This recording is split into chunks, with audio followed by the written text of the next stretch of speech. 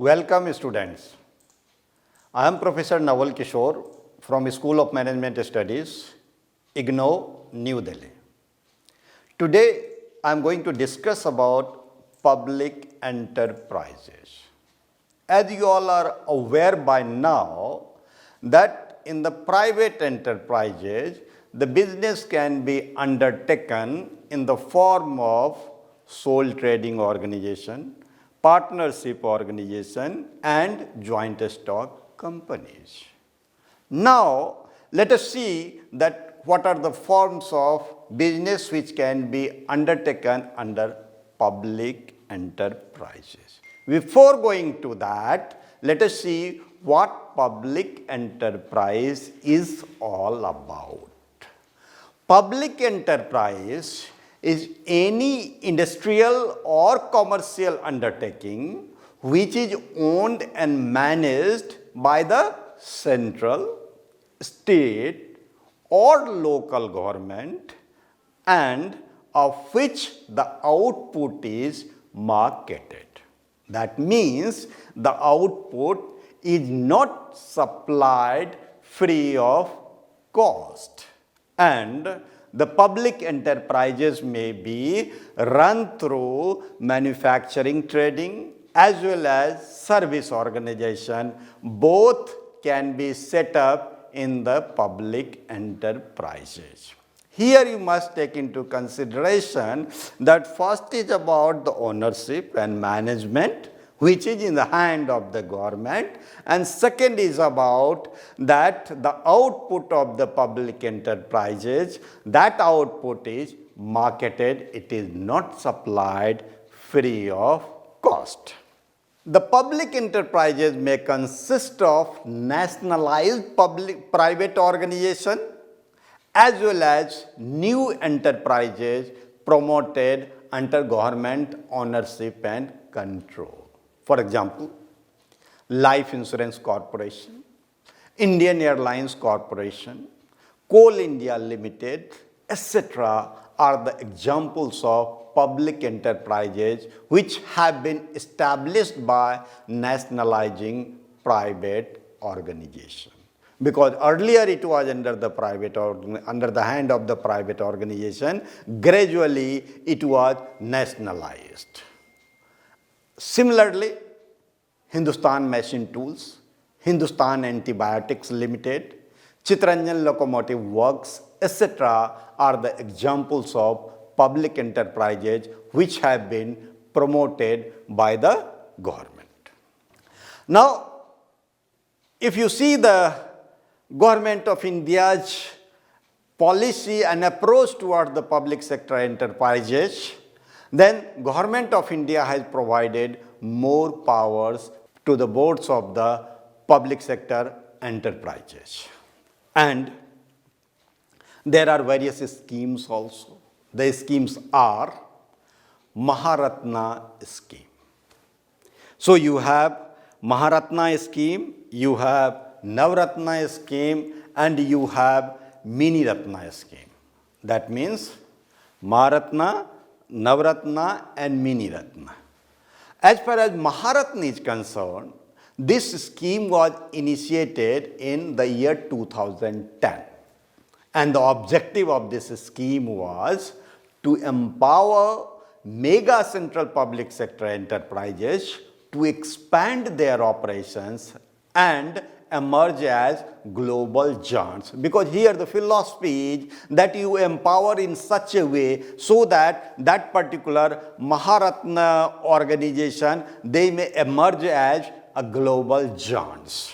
And there are 8 Maharatna central public sector enterprises, and these enterprises are Coal India Limited, Bharat Heavy Electrical Limited, GAIL India Limited, Indian Oil Corporation Limited, NTPC Limited, Oil and Natural Gas Corporation Limited, Steel Authority of India Limited and Bharat Petroleum Corporation Limited. So these are 8 Maharatna scheme which have been promoted as a part of making them a global giants.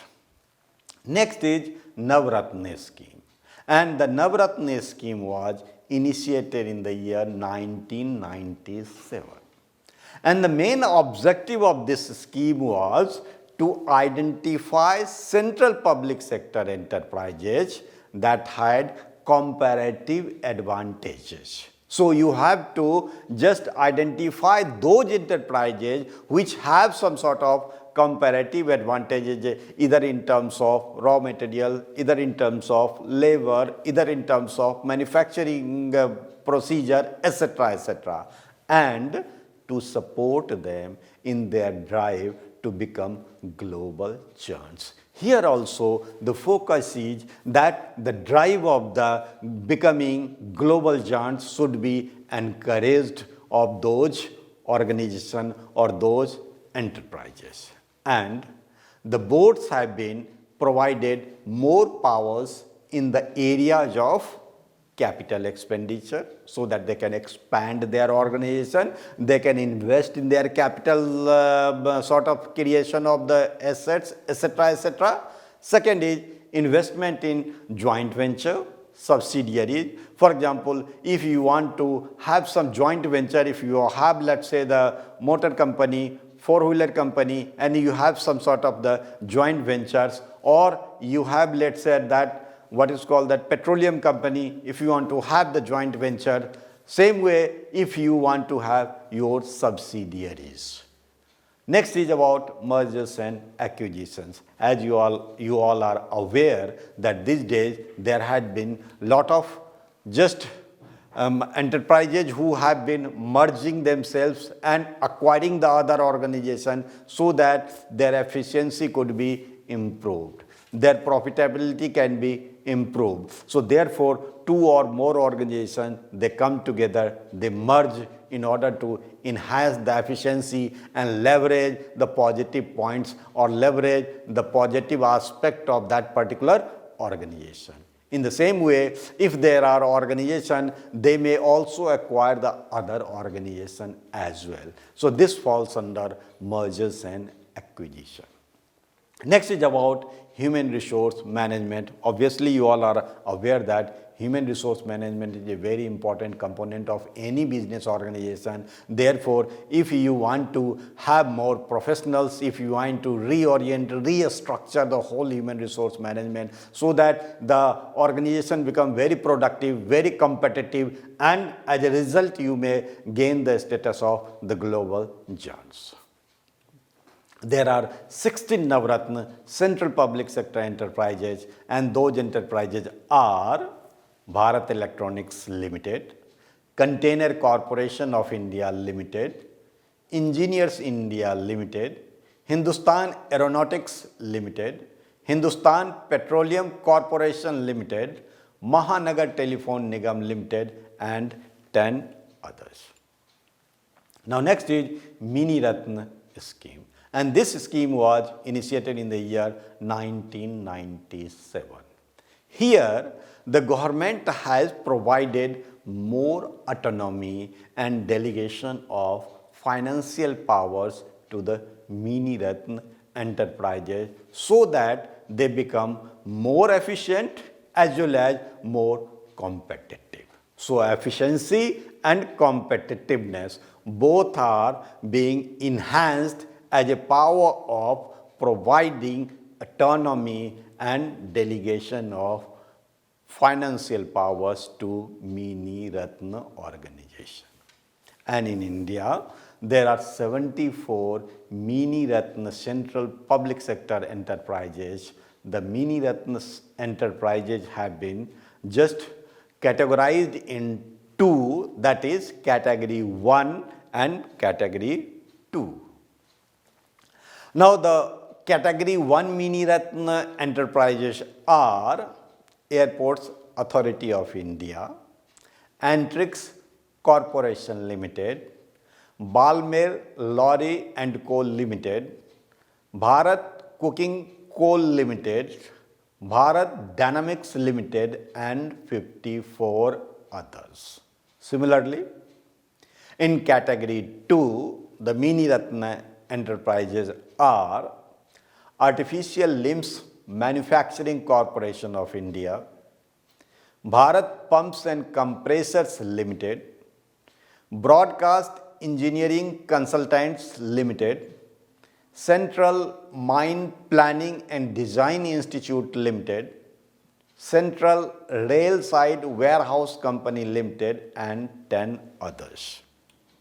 If you analyze the annual report of Department of Public Enterprises, Government of India 2018-19, you will find that there were 339 central public sector enterprises in India. 339. There were 257 operating enterprises. Remaining 82 enterprises were yet to start operations. That means 82 enterprises have not started operations till date. Out of 257 operating enterprises, 184 enterprises were running in profits for the year 2017-18. The remaining 71 enterprises were running in losses for the year 2017-18. It's a matter of great concern. As a student of commerce, you must be aware that business is set up for some objectives. That objectives may be to earn the profit, that objectives may be to serve the society, that objectives may be provide welfare to the society. Whatever objectives are, as a business enterprises, they must fulfill those objectives. And if 71 enterprises are running at loss for the year 2017-18, it's a matter of great concern. Therefore, there must be some deliberations in that way that how to enhance or how to bring back those 71 enterprises which were running in losses, to just revamp them so that they are again going to earn the profit. Next is about disinvestment. These days, you must be reading in the newspaper, you must be listening or watching in the television that there has been disinvestment of some of the enterprises. Now, the disinvestment is the action of an organization or government selling or liquidating an asset or subsidiary. So, under the disinvestment, what you do, you sell the part of the business, or you sell the part of the asset, or you sell the part of the subsidiary or the whole subsidiary, or you liquidate some of the just sister organization, so that the fund which you are looking for, you may get those funds so that you may utilize those funds for the running of the business activities. And the major features of the disinvestment policy are: public sector undertakings are the wealth of the nation. See, here it must be clear to you that because the public sector enterprises are established for the benefit of the society, they are supposed to serve the society. So therefore, that wealth is the wealth of the nation. To ensure this wealth rests in the hands of the people, promote public ownership of central public sector enterprises. So, in the public sector enterprises, the public ownership is very important so that the wealth of the nation should be protected. while pursuing disinvestment through minority stake sale, that is, in the listed CPSEs, the government will retain majority shareholding. So, if you want to disinvest the public enterprises, the government should have 51% of the shareholding and management control of the public sector. That means majority of the control and management of the public sector should be in the hand of government. Now you must be knowing that some of the area we are going more than 50% also, but broadly as a principle, majority of the shares should be in the hand of the government so that the management and control of the public enterprises rests in the hand of government. Next is strategic disinvestment by way of sale of substantial portion of government shareholding in identified CPSEs up to 50% or more, along with transfer of management control. That means against substantial portion of government shareholding, that is 50% or more, and that goes along with transfer of management control. Now let us analyze that what is the difference between public enterprise and private enterprise. If you analyze the definitions of the public enterprises and private enterprises, you will find that industrial and commercial organizations which are set up under individual or group ownership within the general framework of regulatory laws and rules of the government. This may be manufacturing, commercial companies, medium and small firms as proprietary and partnership concerns. That means private enterprises are primarily motivated and tuned for the earning of private profits, whereas public enterprises are governed by public policies which has been framed by government, and those policies aimed at maximizing social welfare and upholding public interest. So two things are very important here. One is you have to think about the social welfare. Second, you have to uphold the public interest. So the government policies should be devised in such a way that facilitates social welfare. Therefore, the objectives are development plans, and public enterprises are accountable to the government and parliament or state legislatures regarding the fulfillment of their objective. So they are accountable to government. That means the parliament or even state legislatures, because whether they have fulfilled for their objectives for which they have been set up or not, so they are accountable towards government for this purpose.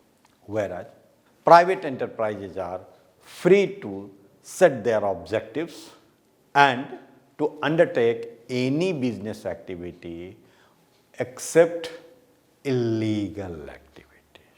So therefore, the motive of the private enterprises are to earn the profit, and the motive of the public enterprises are to serve the society. So that is social welfare and public interest.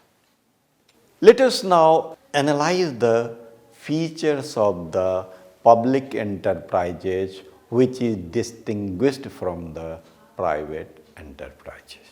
And these features are: public enterprises are owned and managed by the government or agencies set up by the government. See, the management and control of the public enterprises rest in the hand of the government, or if there is any agency set up for that purpose, that agency which is set up by the government, that agency manages and control the public enterprises. Next is, the whole or major part of the capital required for the public enterprises is provided by government. Here it should be clear to you that either the whole capital would be provided or major portion of the capital would be provided by the government for running the public enterprises. Next is, it can be organized as a departmental undertaking or corporation or government company. There are three major way of running public enterprises, and these are departmental organization, public corporation and government company.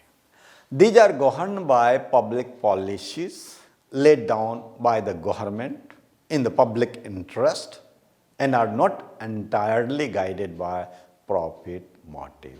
It must be clear to you that there is a public policies which government frames that public policy that serves the interest of the public, social interest, service interest, etc., etc. For example, in the backward areas of the country, in the villages of the country where there is no industry, if government wants to set up an industry so that the other developmental activities may be accelerated in that backward area, in that villages, that serves the purpose of the public enterprises. The objectives of the public enterprises are laid down in conformity with the development plans. That means whatever development plans Government of India, they envisages, they propose. Based on that development plans, whatever industry is to be set up, whatever organization is to be set up to support that developmental plans, that is being done under public enterprises. And they are accountable to the parliament or a state legislature for their performance and fulfillment of objectives. That means if they are not able to fulfill the objective, the question can be raised in the parliament or a state legislature, and they may be asked to explain the why those objectives have not been fulfilled. So therefore, they are accountable toward the parliament or a state legislature. Objectives. Now the objectives of the public enterprises are: first, to achieve rapid economic development through industrial growth in accordance with the development plans. As you all know that every government, they frame their own developmental plans.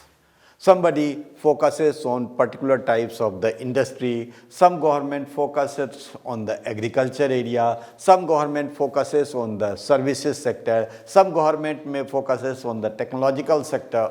So based on the development plans of a particular government, the objectives of the public enterprises are to accelerate the economic development, and that too through industrial growth. That means the particular industry which suits the development plans of that particular country, that particular government, that industry is focused, highlighted and encouraged, so that by setting up those industry, the industrial growth may take place and that particular area may grow faster. Next is to channelize resources in the best possible manner for economic growth. As you all are aware that the resources are limited. Now, with the help of that limited resources, you have to accelerate, you have to achieve the economic growth of the country. Now you have to think that how best you can channelize, you can put those resources together so that you get the best output, and that best output may be able to just accelerate the economic growth of the country. Next is to secure public welfare and to reduce inequalities in the distribution of income and wealth. See, once you focus on the public welfare, because here the objective is public welfare, in that case, the inequalities would be reduced and the distribution of income and wealth may also be appropriate, or there may be equalities in the distribution of income and wealth. For example, if there is a backward area, in that backward area if government set up some industry, then some income will be increased, employment will be increased. As a result of increase in income, employment, production, marketing, management, some ancillary industry also will be set up. As a result, the whole area may grow, and once the whole area may grow, then there may be equality in terms of distribution of income and wealth rather than concentration of income and wealth in few hands. Next is to ensure balanced regional development of industry and trade. Obviously, once government set up some industry, then government has to see that okay, all over the country, what are the backward areas, what are the area where the growth has not been taken place, what are the area or there is a least growth. In that case, in order to achieve the balanced regional development of industry and trade, wherever there is a less industry, wherever there is a marginal industry, wherever there is a less trade, government may set up the public enterprises so that the whole range of activities of industry, trade may be enhanced, may be accelerated. Next is to prevent the growth of monopoly and concentration of economic power in a few private hands. You must be knowing that if there is a private enterprise, obviously in the private enterprise, the whole range of the management, control, etc. will be in the hand of the private enterprises. Therefore, there will be concentration of economic power in a few hands. And the private enterprise may attain the monopoly in a particular product, in a particular area. But the government just aims at having the balanced growth. The whole area should grow. The economic power should not vest into the hand of the private people, so that they just acquire the monopolistic position in a particular industry, in a particular area. So therefore, they want to prevent, therefore the control and management may be in the public sector hands, so that that monopoly may be broken up and the public welfare may be highlighted. Next is to control the prices of essential consumer goods in the market to prevent public hardship. You must be aware that sometimes what happens, the price of the particular products keep on rising. Now, if the price keep on rising, obviously there would be a pain from the part of the public as such, because they have to pay the higher prices for that purpose. So, if public enterprises are there, they may provide the goods and services at reasonable prices. So, if some product is going up, prices of some product is going up, if you provide more products, goods or services through public sector at a reasonable prices, there may be the balance. Balance in the sense that prices which were going up, if you provide more supply of that particular product, then there is a probability that the prices may be managed, it won't go peak high. Next is to mobilize public savings through financial institutions to meet the demand of public and private enterprises in accordance with planned priority. See, what government want? Obviously, you know the savings and investment principles.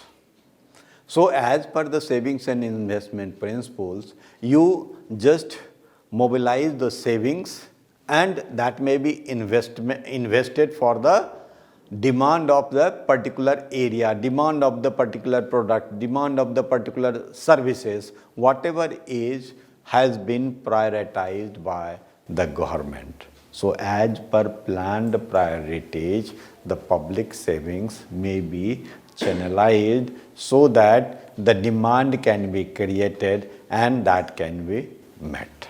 Next is to provide satisfactory employment conditions to the personnel as model employers.